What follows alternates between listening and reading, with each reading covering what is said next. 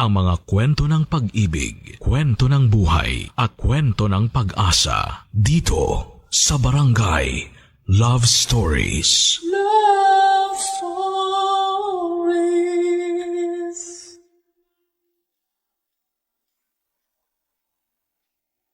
Maraming pagsubok sa buhay ng tao. Madalas ay mahirap kayanin ng mag-isa. Kaya kailangan ng tulong at suporta ng mga malalapit sa atin. May mga pagkakataon naman na mas natutulungan tayo ng mga taong hindi natin kilala kesa sa mga matatagal na. Ang kwento ngayong araw ay mula kay Angel. Matagal na walang karelasyon dahil sa hindi magandang paghiwalay sa huli niyang naging girlfriend. Dahil sa isang blind date ay makakatagpo ang babaeng gigising sa natutulog niyang puso. Isang babaeng sa una ay kinaibigan dahil sa awa. Hanggang sa hindi niya namamalayan, ang awa pala ay isa ng pag-ibig. Ito ay kwentong magsisimula sa pagbabalad kayo hanggang sa magkatotoo. Pakinggan ang isang kwento ng awa, pagtatagpo at pagmamahal. Ang istorya ng tao na matatawag nating anghel sa lupa. Sa mga kwento ng pag-ibig, buhay at pag-asa, dito lamang sa nangungunang Barangay Love Stories. Dear Papa Dudut, ako po si Angelito, 24 na taong gulang. Mas kilala po ako sa tawag na Angel. Alam ko po na parang mas pambabae ang pangalang Angel, pero nakasanayan ko na rin po kasi. Bukod sa pangalan ko, kaya po ko tinawag na Angel dahil din po sa itsura ko. Mula daw po kasi ng bata ko ay napakaamo na ng mukha ko. Mukha daw akong anghel. Kaya sakto nga daw sa akin ang pangalan ko at mabuti na nga lang po. Hindi ako tinawag na kerubin. Isipin nyo sa edad ko ngayon, ang tawag sa akin ay kerubin. Ang feature daw kasi ng mukha ko noon ay masyadong soft. Mukha daw akong babae. Ngayong nasa edad na nga ako ay mukha pa din naman daw akong anghel. Medyo nagmasculine na ng konti ang features ng mukha ko dahil sa mga balbas at bigote na kapag inaahit ko ng electric shaver ay nagtitira ko. Para may stubbles at hindi naman ako mukhang masyadong babae. Hindi nga daw ako gwapo kundi maganda. Papadudot, hindi po ako nagyayabang ha, kinagkwento ko lamang po ang totoo. Nangyari po ang kwento noong 1 taon lamang, edad 23 ako. Papadudot, may kaibigan po akong bading, siya po ay si Varla. Pero hindi po ako bading at wala din naman po akong pakialam kung bading o hindi ang kaibigan ko. Ang importante ay kaibigan ko siya. Wala din akong girlfriend noon at ilang taon na rin akong parang hindi pa nakaka-move on sa huling breakup ko. Kaya hindi pa siguro handa ang puso ko para sa bagong pag-ibig. Hayaan niyong simulan ko ang kwento noong 1 taon na magpasya akong makipag-date. Hindi po basta-basta date kundi blind date at napagkasunduan namin na magkita sa isang parke. Dahil may trabaho daw po siya hanggang alas 10 ng gabi ay magkita na lamang daw po kami ng alas 11. Wala naman pong problema kasi alas 2 pa naman magsasara yung parke. Kaya maliwanag pa sa paligid maliban sa ilang pwesto na walang ilaw. Kabado po ako. Kasi nga po ay blind date kaya hindi namin alam ang itsura ng isa't isa. Ang mangyayari daw po ay magte-text siya sa akin. Opo, text po at hindi sa social media. Kaya wala po talaga kaming picture para sa mga ideya namin sa itsura ng katatagpuin. Maaga po akong dumating, alas 10 pa lamang po ay andun ako. Ayoko kasing malate at mahirap na kasing magtiwala sa traffic. Maayos naman ang pakiramdam ko nang umalis ako ng bahay. Ewan ba kung bakit nung nasa parke na ako ay sumakit ang tiyan ko. Nung una ay pinakiramdaman ko at baka sandali lang. Pero pasakit ng pasakit at parang kumukulo na. Agad ako naghanap ng banyo kaso dahil nga gabi na ay karamihan sa banyo ay sarado na. May nakita ako. Malapit sa isang walang ilaw na poste kaya agad akong tumakbo. Hindi ko po alam kung bakit sinarado ang banyo na panlalaki at ang pambabae lang ang bukas. Hindi ko alam ang gagawin, yun ang huling naiisip ko. Ang pasukin ng banyo ng babae. Kahit pasakit na ng pasakit ang tiyan ko ay nakiramdam muna ako kung may tao sa loob. May naramdaman ako na wala at pinasok ko ito. May 3 cubicle, ang instinct ko po ang nagsabi na sa dulong cubicle ako pumunta, kaya doon ako tumakbo. Sa makatuwid Papa Dudut ay nakaraos ako. Nang matapos ako ay parang malaking problema ang nalusutan ko. Kaya masaya ako at nawala sa isipan ko na nasa loob pa pala ako ng banyong pambabae. Habang masaya akong palabas at nang madaanan ng unang cubicle, ay bigla itong bumukas at saktong nagsasara ako ng sinturon ko. Papadudot may pumasok pala sa unang cubicle na hindi ko naramdaman. Siyempre ang taong yon ay isang babae. Maski ako ay nagulat nang bigla siyang humiyaw.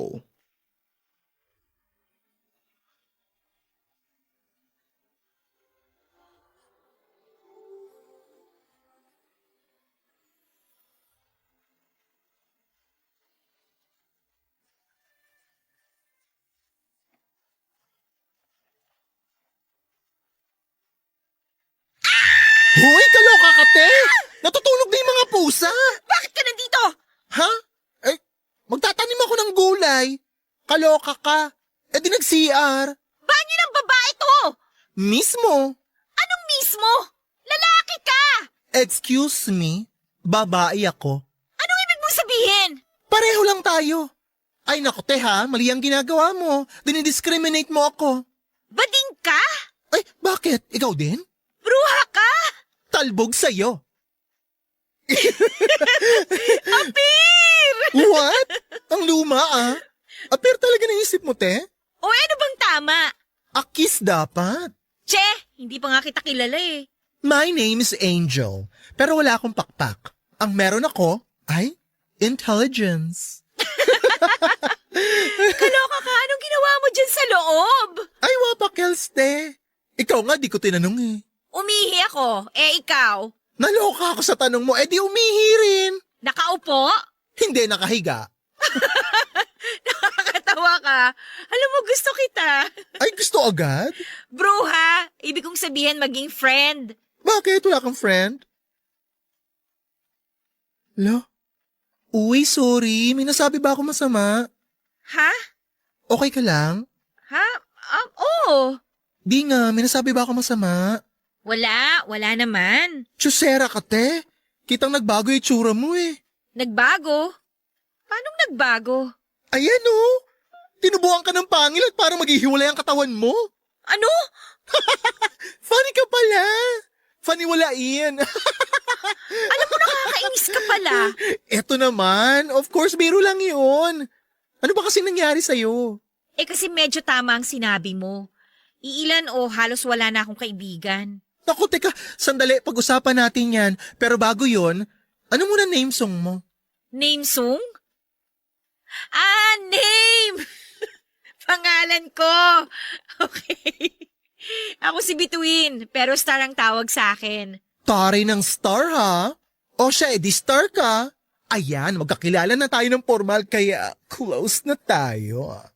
Oh, may friend ka na ha? Salamat. Uy, sandali, ano to? Naiiyak ka ba? Hindi ah. We, iiyak ka na eh. Alam mo, ilabas mo yan. Ako nga, nilabas ko na eh. Ha?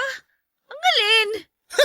Wala. Ang gusto ko lang sabihin, inilabas ko na, kaya ilabas mo na rin yan. Saka na. Saka na. Hello?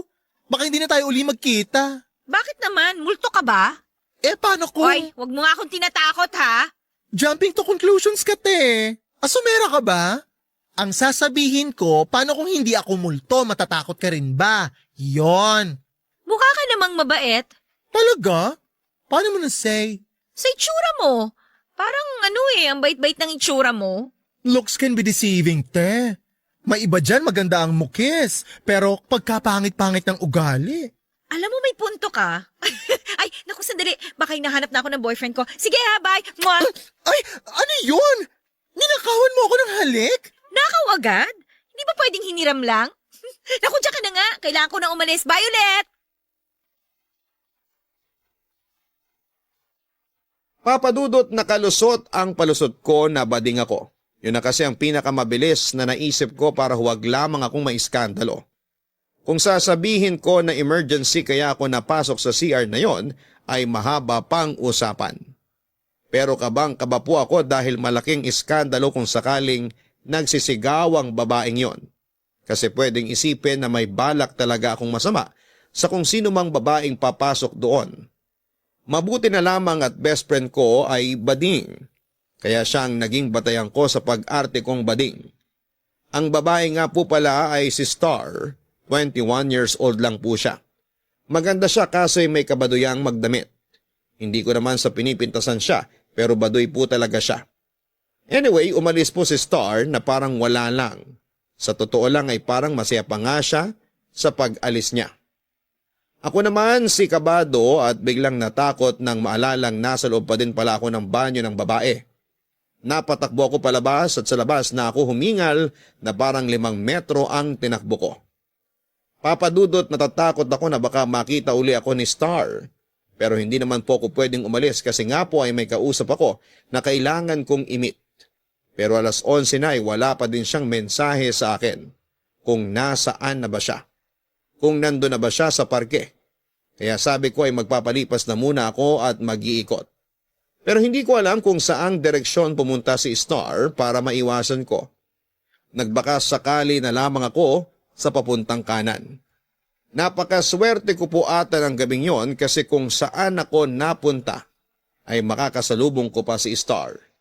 May kasama po siyang lalaki kaya mas kinabahan ako. Baka kasi pinasakay niya lamang pala ako na kunwari ay naniniwala siya sa akin. Pero ang totoo pala ay tinawag niya lamang yung boyfriend niya para ipagulpi ako. Kaya dali-dali po akong nagtago sa isang puno. Kaya pilit ko na lamang pinagkasyang sarili ko para makapagtago kila Star. Kung hindi ba naman talaga mamalasin kung saan ako nagtago ay doon pa sila naupo sa bench na katabi lang ng puno. Kaya kahit na hindi nila ako kita ay dinig na dinig ko naman ang usapan nila. Upo muna tayo.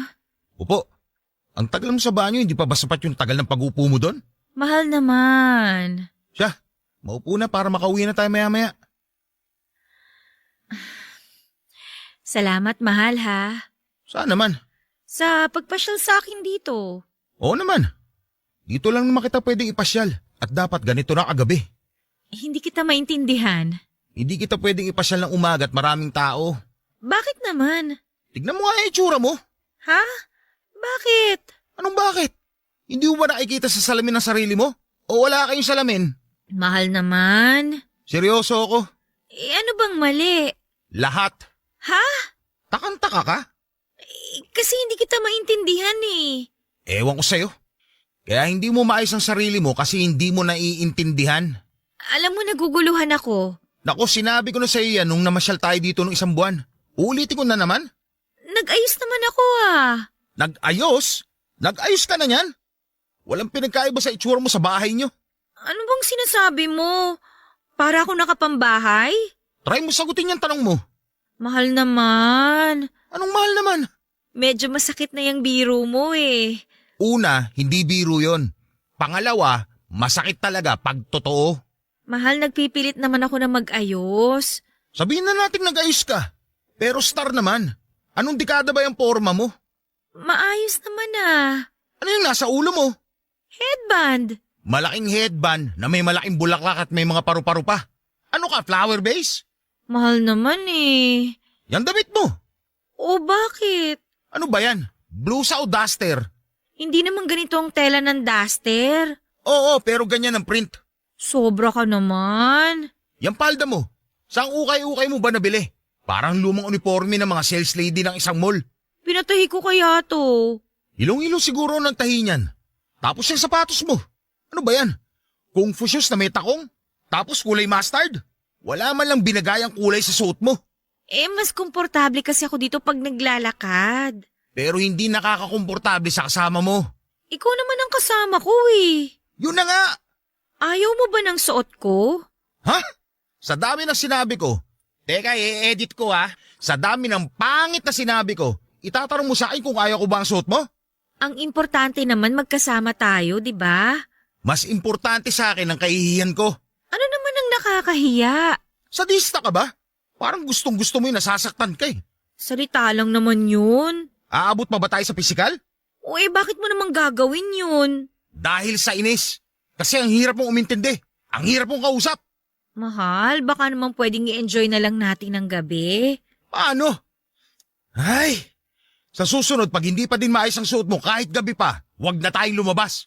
Pasensya ka na, mahal, ha? Sandali nga. Nauhaw ako sa kakadaldal. Bibili lang ako ng maiinom.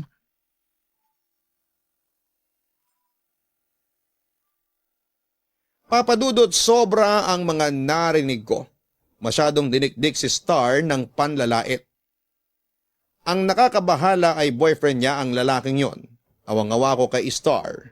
At hindi ko din alam kung bibilib ba ako sa kanya dahil sa haba ng pasensya niya.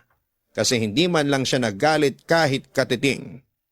Parang nag-ibang tao si Star kasi nung makita niya ako sa loob ng banyo ay nagalit siya na parang isang tigre. Pero sa nakikita ko sa kanya habang nag-uusap sila, ng lalaking yon ay para siyang isang walang laban na kuting. Isang kuting na takot na nakayuko na lamang sa isang gilid. Omel pala ang pangalan ng hambog na lalaking yon. Base sa itsura niya ay mukhang mas matanda siya kay Star ng ilang taon. Sa edad niyang yon ay mas dapat na naiintindihan niya si Star. Unang-una ay bakit hindi niya tinutulungan kung ayaw niyang manamit si Star. Ang dali lang namang magtawag ng kakilala na makakatulong na magturo kay Star para matutong manamit. Pero hinahayaan niya na gano'n ang itsura ni Star. Iniisip ko na kaya siguro niya hinahayaang gano'n ay para malait niya si Star. Kasi parang nag-i-enjoy siyang pahiyain si Star sa sarili niya. Hindi naman alam ni Star na nandun ako. Hindi niya alam na nakikita at naririnig ko sila. Kapag nilalait siya nung Omel na yon ay napapatingin sa paligid si Star. Hindi ko alam kung naghahanap ba siya ng sasagip sa kanya o dahil baka nga naman may nakakarinig sa sinasabi sa kanya at nakakahiya.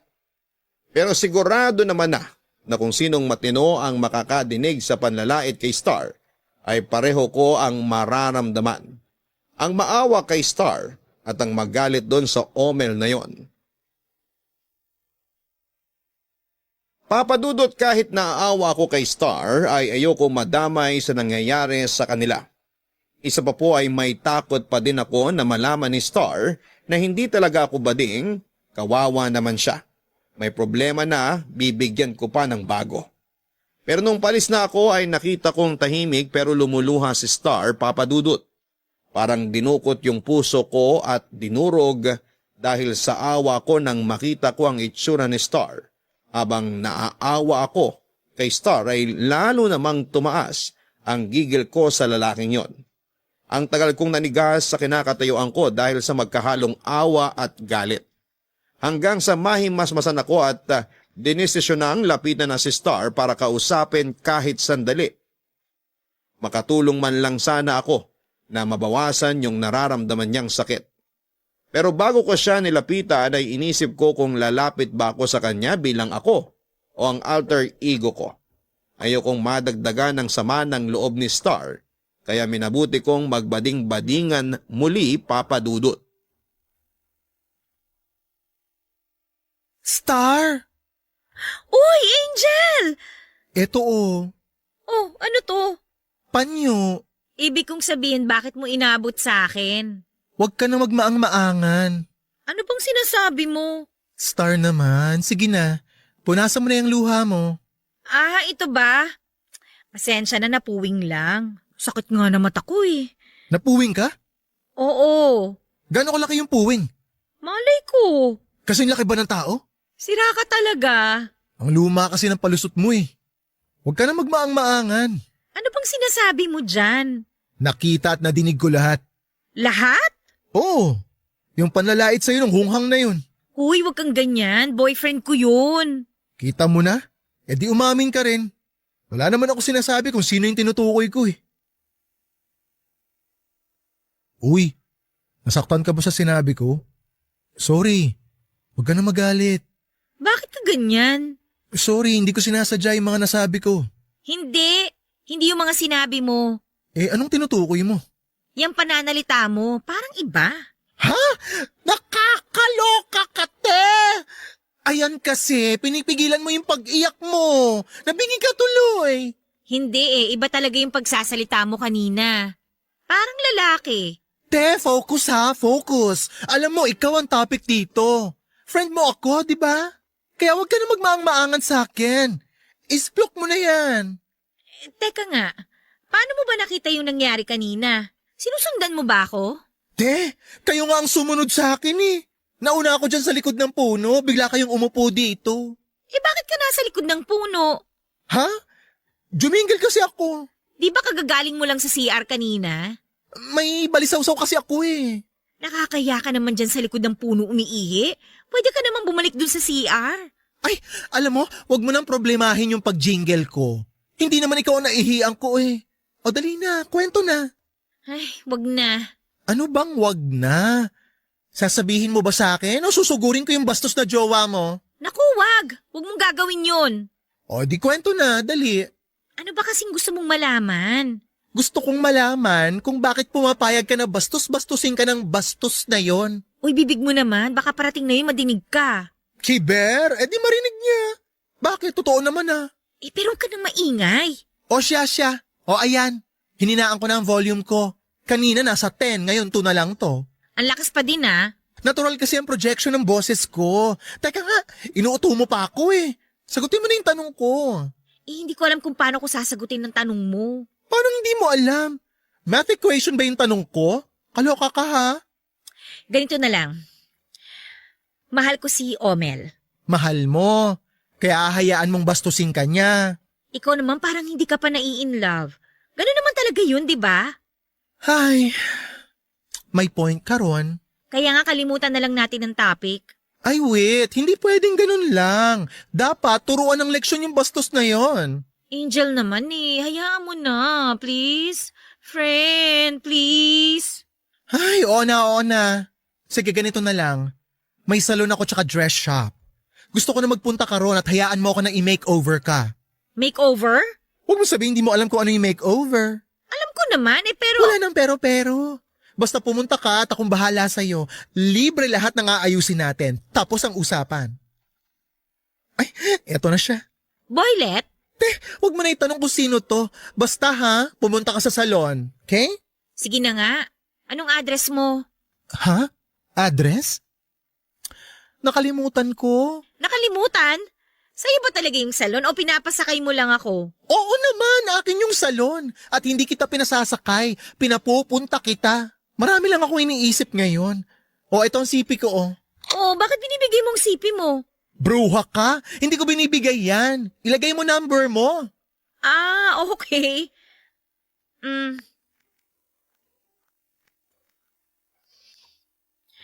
Oh, ayan. Sige, text ko sa'yo yung address, ha? O paano? Alis na ako. Babush! Sige, ingat ka ah.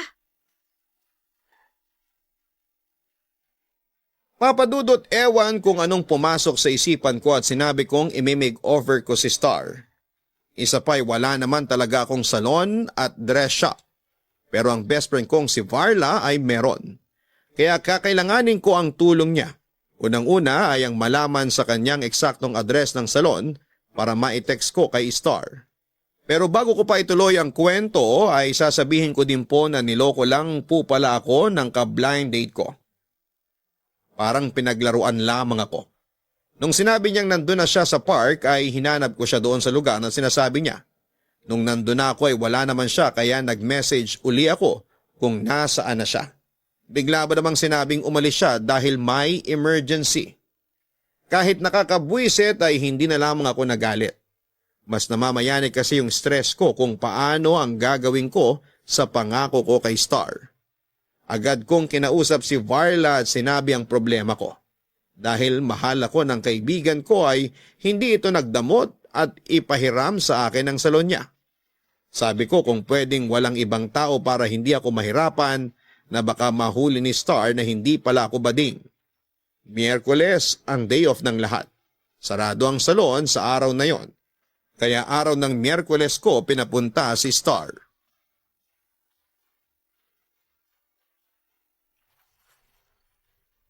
Hey, tuloy ka, te. Wow! Ang ganda naman itong salon mo. Well, Iba ka. well, well. Ikaw na. Well, well, well. Teka, bakit parang walang tao? Ha? Oo nga, no? Anong oo nga, ano? Wala ngang tao. Kaya nga. Oo. Alam mo ang gulo mo. Sinasabi mo lang naman na walang tao, di ba? Kaya kino-confirm ko. So, ikaw mag-aayos sa akin? Ay, wait. Eh, sino? Wala sila eh. O paano ko aayusan? Ang gagawin natin today, i-assess muna kita. Tapos, pipicturan. Tsaka ka namin pag-aaralan. Ano ba yun? Pag-aaralan talaga? Para naman akong science project? Hindi. Ganun talaga yung Day. Basta sabi ko naman sa'yo akong bahala, di ba? Okay, sige. You trust me naman, di ba? Oo. So kung ganon, quiet ka na lang dyan and let me do the thinking. Sige na nga.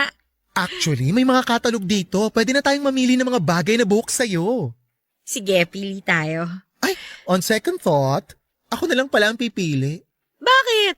Wala akong tiwala sa taste mo eh. Ayan, nilalait mo na ako, ha? Heto naman, hindi kita nilalait eh. Okay, sige. Nagtitiwala na ako sa'yo. Ganyan, pak! Trust the process. Angel, Oh, salamat, ha? te wala pang nangyayaring pagbabago. Huwag ka muna magpasalamat. Ito palang effort mo, dapat ko na pasalamatan, eh. Teka, wala ka talagang friend, no? Yung mga kaibigan ko talaga nasa ibang bansa. Yung iba naman nasa probinsya. May kanya-kanya na ding buhay. Kaya sa ngayon wala talaga akong kaibigan. Yung mga nakikilala ko, mga judgmental. Di ko tuloy nakaka-close. Kaya nga hindi ko sila matatawag na friends. Pero ngayon, meron na. Sino? Ano ka ba? Eh di ikaw. Etos lang, alam ko naman. Salamat ulit, ha? Paulit-ulit? Grateful lang ako. Hindi ba pwede? Kung grateful ka, libre mo ako ng merienda. Ay, sure. Sige. Charot lang, naka-order na ako. Ay, sige ako na magbabayad. Bayad na. Eto naman, joke lang yun. Hindi talaga ako nagpapalibre. Uy, nakakahiya naman. Ako na ngayon ang aabala. Ikaw pa din magpapamerienda? Ganun naman ang friend, di ba? Ha? Di ba? Oo. Good. Ngayon, punta tayo sa topic ng mabait mong jowa. Si Omel. Bakit? Maganda ka naman. Marami pang iba dyan yung mamahalin ka. Mahal naman ako ni Omel. Hindi ka niya mahal. Para ka lang niyang punching bag. Hindi naman niya ako sinasaktan. Ano ka ba? Pareho lang yun. Mas masakit pa nga ang mga salita eh. Tsaka paano ka nakakasiguro na hindi siya nananakit ng pisikal? Basta alam ko. Mag-isip-isip ka. Tandaan mo, maganda ka. Sandali. Bakit pag ganitong usapan parang nagiging straight guy ka? Bongga! Anong bongga? Ang magiging buhok mo, bongga. Ito napili ko, o tinan mo. Bongga, diba? Bagay ba sa akin yan? Wala ka ba tiwala sa akin? Siyempre meron. Sorry na. O sige, ikaw nang bahala. Papadudot kung ano-ano na ang naiisip ko para lamang gisingin sa katotohanan si Star na hindi siya mahal ni Omel. Hindi gagawin ng isang lalaki sa karelasyon niya ang laitin ito. Maaari namang magbigay ng komento pero yung halos ibao na siya sa lupa dahil sa panlalait ng lalaking yon ay napakamali na. Wala siyang respeto kay Star. Ewan ko ba kung bakit masyado na ata akong na-attach sa problema ni Star. Kasi kung nandun lang talaga kayo ay maaawa kayo kay Star. Kaya ewan kung bakit naging misyon ko ang gawin ng lahat para mapahiya ang lalaking yon. Ang tanging naisip ko ay kapag nakita niyang iba na si Star. Gagawin ko talaga ang lahat na pwede kong gawin para matulungan si Star. Siyempre sa tulong ng kaibigan kong si Varla dahil wala naman din akong alam sa pag-aayos. Hindi ko man mapabago ang isipan niya. Nahiwalayan na si Omel ay magising ko man lang siya na hindi siya ang babaeng minamaliit ni Omel. Ang magising siya na importante siya. May halaga, mahirap talagang kumbinsin si Star kasi ang rason niya kung bakit hindi niya kayang iwan basta-basta si Omel ay eto daw ang sumalo sa kanya ng mga panahon na mag-isa lamang siya. Wala na siyang matakbuhan at sobrang lungkot na niya. Kaya nang dumating si Omel ay buong-buo niyang ibinigay ang tiwala dito at pagmamahal niya. Papadudot malakas ang loob ko na maging diretso kay Star sa lahat ng gusto kong sabihin. Malakas ang loob ko kasi nga po ay may mas matapang akong katauhan na ginagamit at yon ay ang pagpapanggap ko na bading. Tanggap naman ni Star ang pagkaprangka ko pero sa totoong buhay ay hindi ko po kayang maging diretso sa kahit na sino. Kasi natatakot ako na may masaktan ako. Kaya nga ingat na ingat ako kapag may sinasabi. Si Star naman po ay mabilis kong nakuha ang loob. Siguro nga ay sabik siya sa kaibigan, kaya kung sinong unang dumating sa kanya, ibinibigay niya kaagad ang buong tiwala niya na mali po. Kaya nga siya minamalit ni Omel dahil masyado niyang ibinigay na ang sarili sa lalaking yon. Hindi ko po gagawin yon kahit pa tiwalang-tiwala na si Star sa akin, hindi ko siya lolokohin. Naisip ko nga po na counted po ba ang pagpapanggap ko? Panloloko po ba ito? Kasi kaya ko lang naman po nagawa ito ay aksidente at natatakot ako na baka pag sinabi ko kaagad ng totoo ay masira ang plano kong pagliligtas sa kanya sa lalaking yon. Nakita ko na namang malungkot si Star. Hindi ako nagpahalata. Kunwari hindi ko napansin kasi gusto kong makaharap si Omel. Baka po kasi kapag nalaman niyang alam ko na pinaiyak na naman siya, ay hindi niya ako pasamahin pag nagkita sila. Ayun nga po, napapayag ko si Star na sumama ako sa susunod na pagkikita nila ni Omel para din daw maipakilala niya ako, ang bago niyang kaibigan. Ibinigay niya sa akin ang lokasyon kung saan sila magkikita at doon na ako diretso. Salamat, mahal. Saan naman? Sa ngayon? Ang arte mo naman. Mahal naman eh. Totoo. Hindi ako nagbibiro. Ang arte mo. Kumusta pala ang trabaho mo? Oh, kailan ka pa nag-iinteresado sa trabaho ko? Lagi ko namang kinukumusta ang trabaho mo ah. Oh, pues ang sagot ko, gaya pa din ng dati. Mahal, may papakilala pala ako sa'yo. Hindi ako interesado. Uy, mabait siya. Wala naman akong pakialam kahit masamang tao pa siya. Masaya siya kasama. Tingnan mo mamaya mapapatawa ka niya. Teka nga, anong ibig mo sabihin? Pupunta siya dito? Dadaan lang siya. Bakit kailangan pumunta pa siya dito? Wala naman, gusto ka lang niyang makilala. Hindi nga ako interesado. Okay naman si Angel. Angel? Oo, kaibigan ko. May kaibigan ka? Himala. Star! Ay, ayan na siya. Teka, sinong siya? Si Angel. Yan si Angel? Lalaki? Hindi. Huwag mo akong niloloko ha, baka... Hello, te. Hello, ya. Siya si Angel. Sabi ko sa'yo hindi siya lalaki. Huwag mo akong ginagago ha! Star, alam mo ba, nagpahula ako. Papunta daw dito, may makikita akong tiyonggo. Natawa nga ako eh. Pero habang papunta dito, wala naman ako nakitang tiyonggo. Kaya pala, wala pala sa dinaanan ko. Anong ibig mo sabihin? Baka mamaya ako pa makita. Saan ka ba galing? Sa liwanag, habang papunta dito dumidilim. Hoy, ano ba gusto mo sabihin? Maliwanag pa kasi kanina, ginabi na ako papunta rito. Kaya dumilim na nang hindi ko namamalayan. Etchusera ka. Usapan naman natin talaga ganitong oras. Bakit nga ba gabi kayo nandito? Akala ko ba may ka-date ka? Meron nga, si Omel. Nagde-date kayo? Bakit dito sa park ng ganitong oras? Wala, nakasanayan lang namin. Ano bang pakialam mo kung anong oras at kung saan namin gusto mag-date? Init ulo ya? May pinagdadaanan? Ikaw! Kumusta ang biyahe, Angel? Sandali! Mahal. Anong mahal? Pwede ba isara mo yung bunganga mo? Yan, taas ng boses. Baka palabasin tayo dito sa park. Wala akong pakialam at wala kang pakialam sa akin. Okay. Hi, Blood. Angel, bili ka ng maiinom. Huwag kang sumabat. Kinakausap ko yung baklang yan. Makabakla ka naman.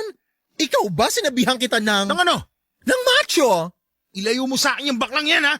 Angel, halika muna doon.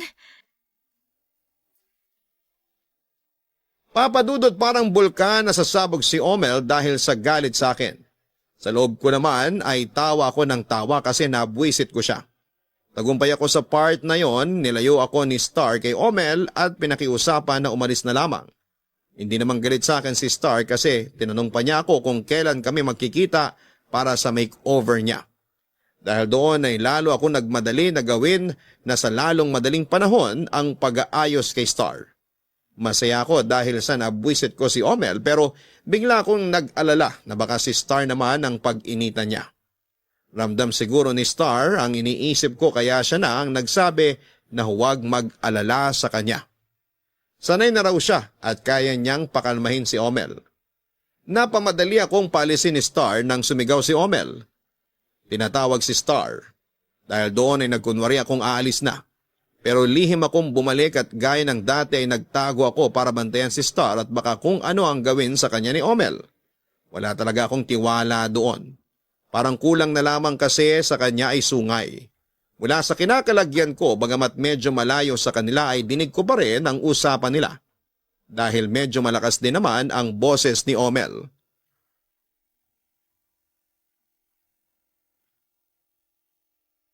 Bakit ang tagal mo? Shh! Ano ka ba? Huwag kang maingay. Ano? Anong shh? Nuutusan mo ako? Hindi naman. May ibang tao pa sa paligid na nakakahiya.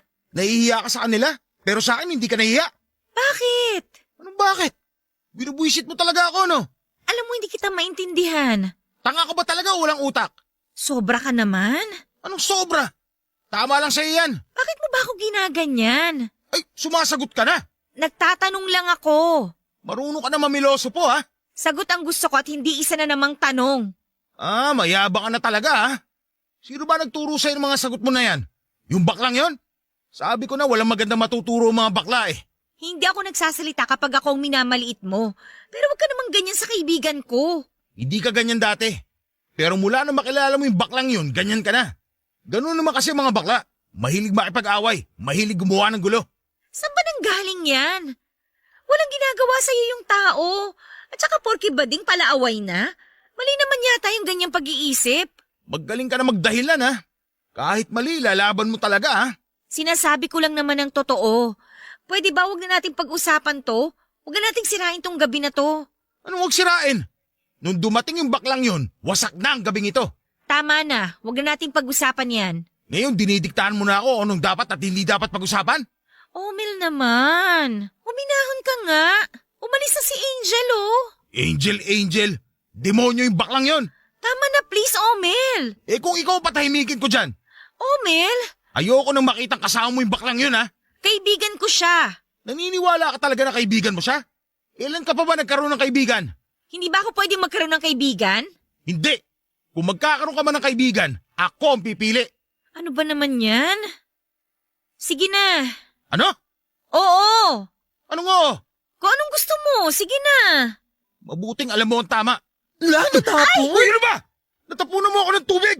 Tanga-tanga ka. Sorry. Angel! Hayop ka talagang bakla ka. Bakit nandito ka pa? Ay bakit? Pag-aari ang park? Akala ko umalis ka na. May binili ako at dyan ako lalabas sa kabila. Sige na, umalis ka na. Sira ang ulo ka talagang bakla ka, no? Oo, I guess sira nga ang ulo ko.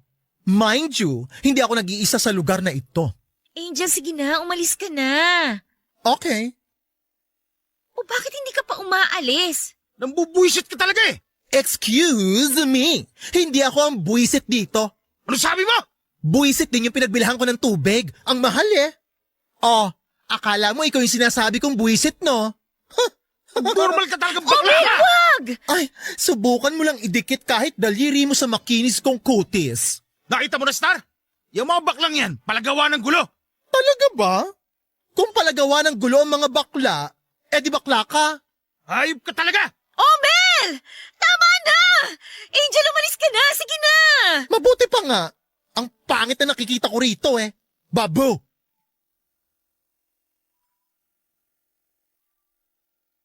Papadudot kahit na nang-aasar ako ay kimkim na kimkim ko ang gigil sa Omel na yon. Alagad ata siya ng dyablo. Napakasama talaga ng ugali. Minamalit niya ang babae at pati na ang mga bading. Naku, kung si Varla ang inaway niya, kuyog na yon sa mga bekelets ni Varla. Bekelets ang tawag ni Varla sa mga anak-anakan niyang bading. Mabait si Varla at maraming tinutulungan kasama na doon ang mga bekelets niya. Kaya handa siyang ipagtanggol ng mga yon. Kaya kung nakita ni Varla na inaapi ako noong Omel na yon ay sigurado na ipagtatanggol niya ako at mas sigurado na nasa likod niya lahat ng bekelets niya. Kung galit na galit ako kay Omel, ay mas galit na galit siya sa akin. Madalas talaga, mas nakakahiwa ang salita kesa sa kutsilyo. Pinilit ako na umalis ni Star para mailigtas niya ako sa muntik ng pananakit ni Omel. Nakita ko din na hinila na ni Star si Omel palayo. Nailigtas man niya ako pero ganun pa din ang pakiramdam ko. Sobrang nag-alala ako para kay Star. Kasi baka kung hindi ako nasaktan ni Omel, ay baka kay Star niya ibaling ang pananakit. Ilang sandali pa ay nagmensahe ako kay Star. Nasa taxi na raw siya. Umalis na daw si Omel sakay ng kotse niya at iniwan siya. Kaya agad akong tumawag. Sa awa ng Diyos, bukod sa iniwan lang siya ay wala namang nangyari kay Star. Hindi naman po siya sinaktan at malapit na din siya sa bahay niya. Pero ganun pa man ay hindi pa din talaga nagalit si Star sa akin. Desidido pa din siya sa pangako kong makeover. Sinisiguro ko naman po sa kanya na mangyayari yon. Masaya ako na porsigido sa magiging bagong ayos niya si Star. Pero ang nakakalungkot ay gagawin niya yon, hindi para sa sarili niya, kundi para kay Omel. Papadudot, hindi ko ata mababago ang isip ni Star tungkol kay Omel kasi parang binigay niya ang buong puso at buhay niya kay Omel. Pero hindi po ako nawawala ng pag-asa, may paraan pa para mabago ang isip ni Star. Gusto kong pag lumabas na ang tunay na ganda niya ay magbalik siya sa sarili niya at ibalik niya ang self-worth niya. Gusto kong pahalagahan niya uli ang sarili niya at hindi siya nagpapamaliit kay Omel o kung kahit na sino pa man. Kaya kinausap ko si Varla na isang Miyerkules ay papasukin niya ang pinakamagaling na hairdresser niya, makeup artist at manikurista. Sinabi ko na babayaran ko ang pagpasok nila bilang double pay. Sa pananamit naman ay kay Varla ko inassign yon. Pero libre na siya, wala nang bayad kasi magkaibigan naman kami. Sinabi niya na hindi siya makakapunta ng Miyerkules, iningi niya na lamang ang litrato ni Star at pag-aaralan niya daw kung anong bagay na damit dito. Dumating ang araw ng Miyerkules, kompleto ang tao ni Varla, may briefing pa na nangyari kasi dapat ang acting nila ay ako ang boss nila at isa akong Becky. Mga frustrated artista ang mga bading. Kaya ayon, ang gagaling umarte nung dumating si Star ay ibinili na ni Varla ang damit. At sinimula na ng mga Beckylets ang full makeover kay Star. Kung excited si Star ay mas excited ako kesa sa kanya. Paminsan-minsan ay sumasabit ako at nawawala sa isipan ko yung bading acting ko. Ang mga Beckylets ay magagaling talaga. Uma-acting para mahimasmasan ako at maalalang Becky din ako. Hanggang sa natapos ang pag-aayos. Noong makita kong okay ay nagpaalam na ang tatlo at may rampa pa daw sila. Tuwang-tuwa sa kaliwaang TF na ibinigay ko. Habang nagpapasweldo ako ay nagbihis na rin si Star. Ilang beses pa ay lumabas si Star sa kwarto at gulat na gulat ako dahil sobrang hindi lang nagibang itsura niya. Ay lumabas pa talaga ang totoo niyang ganda. Lalo pa siyang gumanda dahil kitang-kita sa mukha niya ang saya. Ang tagal bago kami nakapagsalitang pareho. Kaya sabi ko ay mag-celebrate kami kaya niyaya ko siyang kumain sa isang restaurant.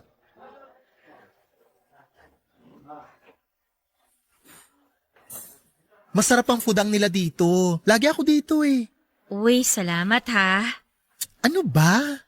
Hindi pa nga tayo kumakain, nagpapasalamat ka na. Hindi doon. Eh saan? Ikaw naman nagmamaang-maangan pa. Alam mo naman ang sinasabi ko.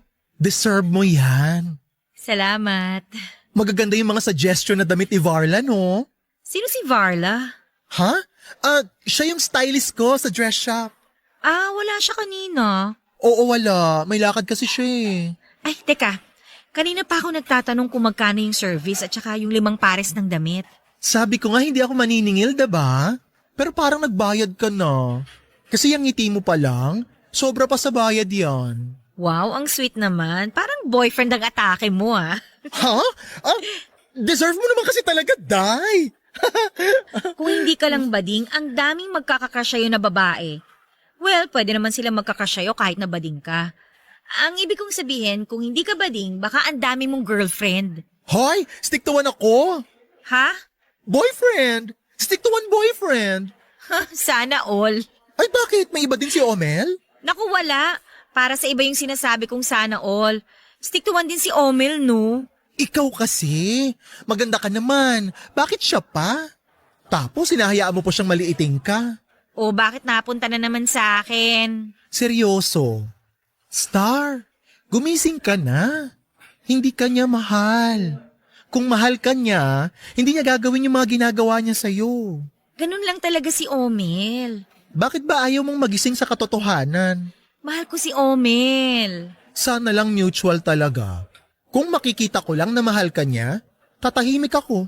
Mahal ako noon. Iba yun pag kaming dalawa lang. Naku Day, hindi ganun ang nakita at narinig ko nung magkasama kayo nun sa park. Eh kasi galit siya noon, no? Kahit galit pa siya, hindi ka dapat niya binabastos. Hayaan mo na. Ay, sige na hayaan ko na. Pero ikaw, huwag mo naman hayaan na ganun. Bigyan lang natin siya ng konti pang oras. Ay, salamat pala sa pagyaya mo sa akin dito, ha? Iniiba mo ang usapan. Ito naman, nagpapasalamat lang naman ako. Pansinin mo kasing maigi. Hindi ka kayang dalhin ng boyfriend mo sa mataong lugar kasi nga ikinahihiya ka niya. Sorry, pero kailangan kong sabihin ng diretsyo. Uy, biglang hindi ka na naman kumibo dyan. Ganyan ka tuwing may nasasabi ako sa boyfriend mo eh. Sige na nga, kumain na lang tayo. Uy, wag mo nang sirain ang araw mo. Sorry na, ibalik mo na yung ngiti mo. Smile na. Ayaw mo ah. Kailangan ko pa ata maglabas ng camera para mapasmile kita. Okay. Heto. Smile. Ito talaga. Ayan, ganyan nga. Lagi ka dapat nakangiti. O sige na, kumain ka na. Tikman mo yung beef salpikaw nila. Masarap yan. Best sell. Hoy, anong best sell? Ano ba nangyari sa'yo? Relax ka lang, Star, ha? Sa likod mo may kalalabas lang dun sa VIP section ng resto na to. Ha? Sino? Huwag ka munang lumingon. Bakit nandito si Omel? Tsaka, sino yung kayakap niya? Teka lang, Star, huminahon ka. Hayaan mo na muna sila makalabas, ha? Ayan, nakalabas na sila. Kumusta? Okay ka lang? May kayakap na iba yung boyfriend ko. Paano ako magiging okay? Exactly! Sana naman ngayon magising ka na. Sandali, pabalik na si Omel. Pumasok ulit siya sa VIP section. Mabuti, pupuntahan ko siya. Naku, wag! Sandali lang, wag mo siya pupuntahan! Hindi, kailangan ko siya makausap ngayon.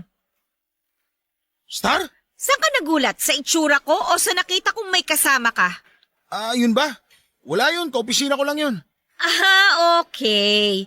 Maganda pala sa opisina nyo, no? Nagyaya ka pa na tagahali ka ng mga magkakatrabaho. Anong naghahalikan? Huli ka na, magsisinungaling ka pa? Kung ayaw mong maniwala na nakita ka namin, baka gusto mo panoorin pa natin sa mga CCTV dito. Huwag kang sumabat dyan, bakla ka. Ikaw ang wag sumabat! Halika na nga, Angel. Sandali! Star! Papadudot, umaayon ata sa akin ang pagkakataon kasi napakaswerteng sa dinami-dami ng restaurant ay doon pa talaga namin nahuli si Omel sa paborito kong restaurant. Habang papalayo kami ni Star, ngiting victory ako. Sa wakas ay nagising na sa katotohanan si Star.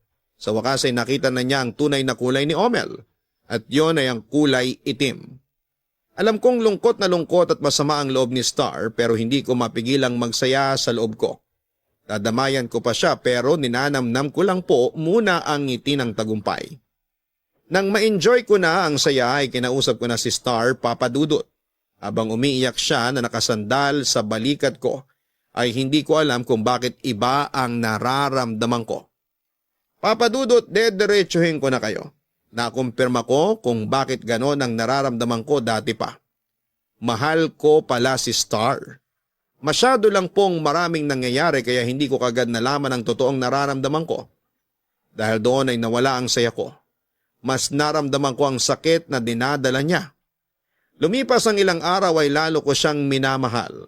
Pero wala pa akong lakas ng loob. Kasi hindi ko din alam kung paano sasabihin sa kanya na hindi ako isang bading.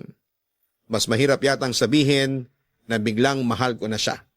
Gulong-gulo na ako pero hindi ako nawawala ng pag-asa na masasabi ko ang lahat ng tunay ko na nararamdaman para sa kanya.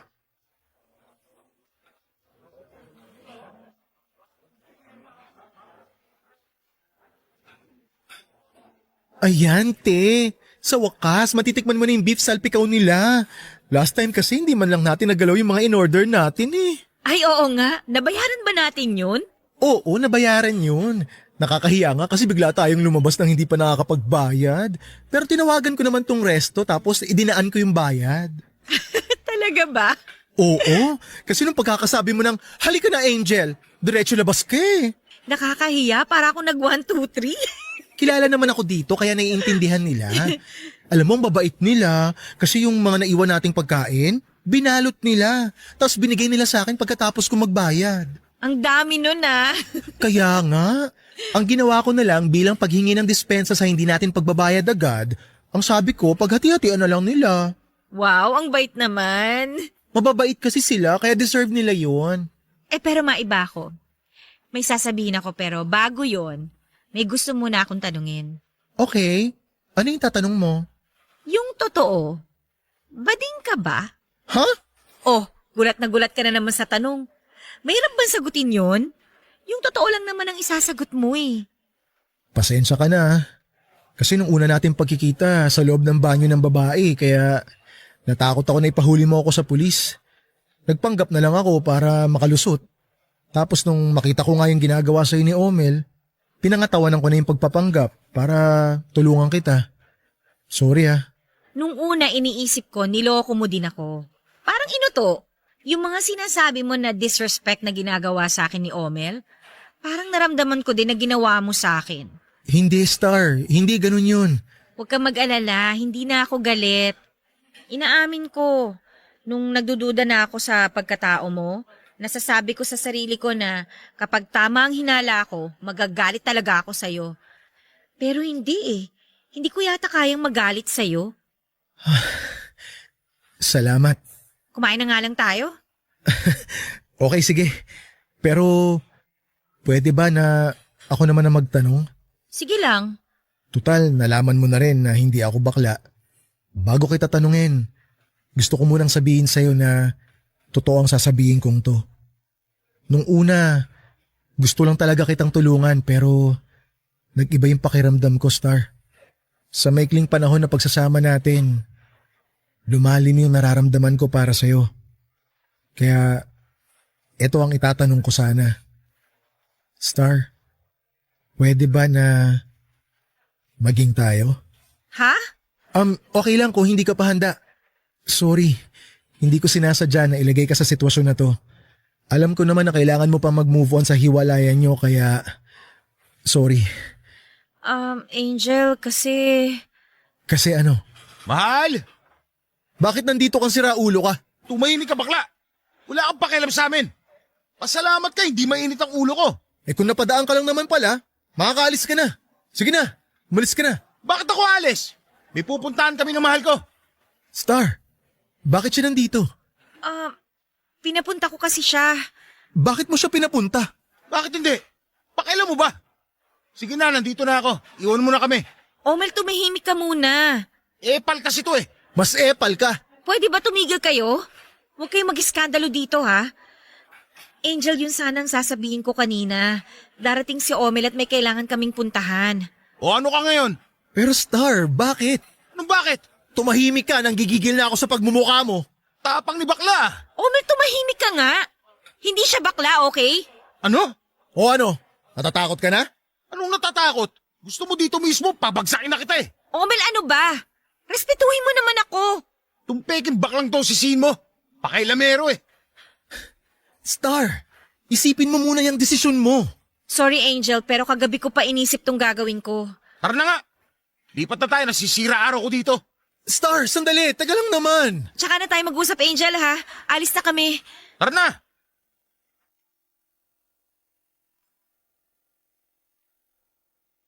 Papadudot para akong binuhusan ng malamig na tubig. Masyado kong natuwa at umasa pero mali pala. Ang sakit ng nangyari bakit kailangang sumama ni Star sa akin para kumain kung papupuntahin pala niya doon si Omel para sunduin siya. Ayokong maggalit o sumama ang loob kay Star kaya pinilit kong paglabanan ng sakit na nararamdaman ko ng mga araw na yon. Nang kinahapunan ay nagring ang cellphone ko at si Star, ayoko sanang sagutin pero nakadalawang beses siyang kumontak. Nandun daw siya sa salon ni Varla at pumunta daw siya doon para makita ako.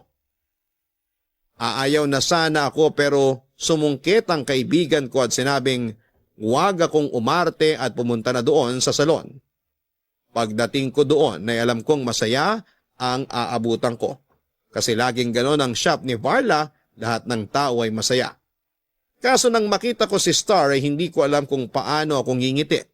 Parang ang sariwa pa nung nangyari doon sa restaurant. Bago ako makapagsalita si Varla, inunahan na ako. Sinabing wag muna akong magsalita at makinig muna. Saka nagsalita si Star at sinabi niya na okay na ang lahat. Tinapos na niya ang koneksyon niya kay Omel. Kaya pala pinapunta niya kasi gusto niya ng closure. Siya na ang nakipaghiwalay kay Omel, kaya daw siya nagpasundo ay para daw hindi makatunog si Omel sa plano niyang pakikipaghiwalay. Wrong timing nga lang daw na biglang dumating si Omel nang hindi pa niya nasasabi sa akin ang plano niyang pakikipagkita. Matapos ang paliwanag ay hindi pa din ako nakasingit dahil sinunod nang sabihin ni Star yung sagot niya sa tanong ko na kung pwede bang maging kami. Ang sinabi niya ay oo kami na. Ano pang sasabihin ko, umaapaw na ang kaligayahan ko kaya tinanggap ko na lamang ang lahat ng magandang nangyari noon. Gulat na gulat ako nang biglang magpalakpakan si Varla at ang mga Beckelets niya. Tapos ay biglang naghagis ng confetti papadudot. Pinaghandaan nila ang mangyayari. Speechless na lang ako sa sobrang saya. Kaya naman bilang talent fee ng mga Beckelets ay inabot ko na ang dala-dala ko. Yung mga hindi namin nakain ni Star sa restaurant. Ayon, lumapang ang mga Beckelets. Kaya gaya ko ay masaya din sila ng araw na yon. Pero gusto ko lang sabihin na sa dumaan na isang taon ay masayang-masaya kami ni Star. Magkasama na kami sa bahay at nung isang linggo lang ay nagpunta kami sa salon ni Varla para tingnan ang disenyo ng wedding gown na ginawa ni Varla para kay Star. Malapit na kasi ang kasal namin, papadudot. At sobrang abala na kami ni Star sa paghahanda. Pero napakagaan ng trabaho namin dahil sa tulong ni Varla at ng mga Beckelets niya. Salamat po papadudod sa pagbasa ng aking kwento. More power po sa number 1 na programang Barangay Love Stories at sa nangungunang FM station sa bansa, ang Barangay LS 97.1. Ang inyong forever kapuso at kabarangay, Angel. Maling-mali ang mangmaliit ng tao. Kakilala man natin ang tao o nakasalubong lang. Lagi nating ilagay ang sarili natin sa sitwasyon ng iba para lagi din nating malaman kung ano ang masakit sa hindi. Isa na nga sa mga bagay na nakakapanakit ng damdamin ay ang tapak-tapakan ng pagkatao mo. Sa kwento na napakinggan natin ang ginawang panlilipak ni Omel sa pagkatao ni Star. Dahil sa utang na loob ay tiniis na lang ni Star ang lahat para wag lang sumama ang loob ni Omel kahit ang damdamin niya naman ang natatapakan. Pero kailan ba masasabi na ang pagpapanggap ay hindi panloloko? Nagpapanggap si Angel una ay para iligtas ang sarili na mapahamak at ang sumunod ay pagpapanggap dahil sa nais niyang makatulong kay Star. Masasabi nating pareho namang tama ang dahilan ni Angel. Pero sa katotohanan ay mali pa rin po ang magpanggap ng mahabang panahon para lamang sa sariling kapakanan. Dahil ang nangyaring pagtanggap ni Star sa dahilan ni Angel ay hindi madalas na nangyayari. Ang pinakatama sa mga nangyari ang pagtulong na ginawa ni Angel kay Star. Bonus na ang pagkakaibigan nila. Nung una ay wala naman siyang ibang iniisip kundi ang makatulong lang. Kaya sa ating lahat, maliit o malaki man ang tulong ay tulong pa din po ito. At huwag nating ipagdamot ang pagtulong. Wala man tayong pakpak ay pwede pa rin tayong maging anghel sa lupa. Hanggang sa muli mga kapuso, ako po si Papa Dudut sa mga kwento ng pag-ibig, buhay at pag-asa sa Barangay Love Stories number 1. Sabay-sabay nating pakinggan ang iyong kwento ng pag-ibig, buhay at pag-asa. Ipadala lang sa barangaylovestories@yahoo.com. Nagustuhan ng iyong napakinggan? Ituloy yan via live stream sa www.gmanetwork.com/radio.